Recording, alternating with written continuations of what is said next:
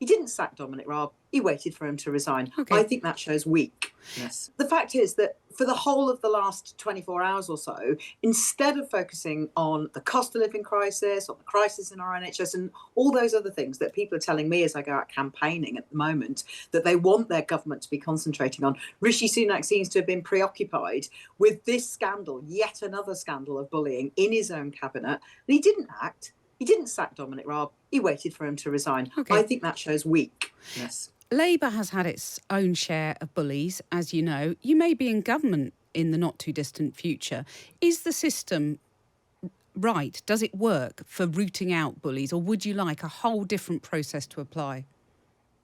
Well, we would like there to be an independent integrity and ethics commission so that instead of having the current system whereby the Prime Minister is effectively judge and jury over cases of breaching the ministerial code, as we've got at the moment, we actually have an independent commission.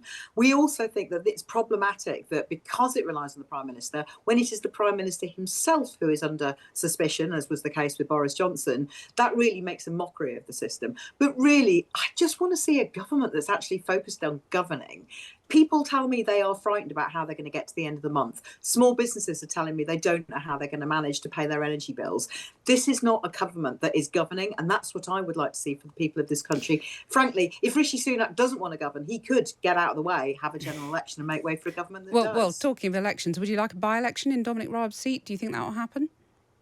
Well, I don't know if it'll happen. He's shown no signs of any sort of contrition for his behaviour, so it doesn't look very likely to me that he's going to resign as an MP. But would you like one? Well, I mean, what I'd like is a general election, Kathy. I want to see a whole change of government.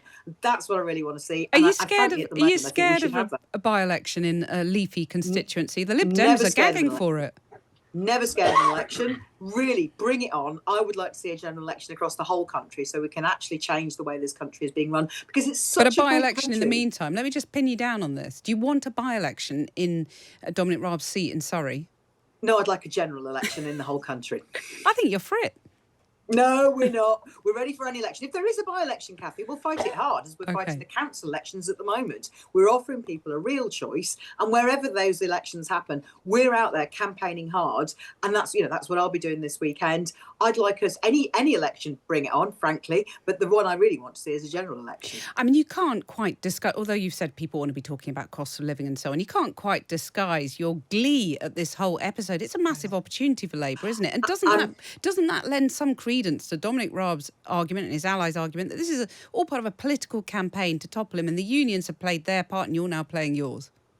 I'm not gleeful about the fact that there are civil servants who've had to tolerate behaviour that is, and I quote from the KC's report, is insulting, humiliating, just checking here, intimidating and undermining. Now, that was done not by a politician, but by an independent, well-respected King's Counsel, who Dominic Raab himself requested to inquire. And I think that's part of Rishi Sunak's weakness as well, that it was left to Dominic Raab to request this inquiry. That's not political interference. That's a strong, considered, thoughtful report that didn't make recommendations. It was left up to Rishi Sunak to decide what to do. He didn't actually decide what to do. And in the end, Dominic Raab decided to fall on his own sword, but most ungraciously, if I might say. There was no word of contrition in his resignation letter.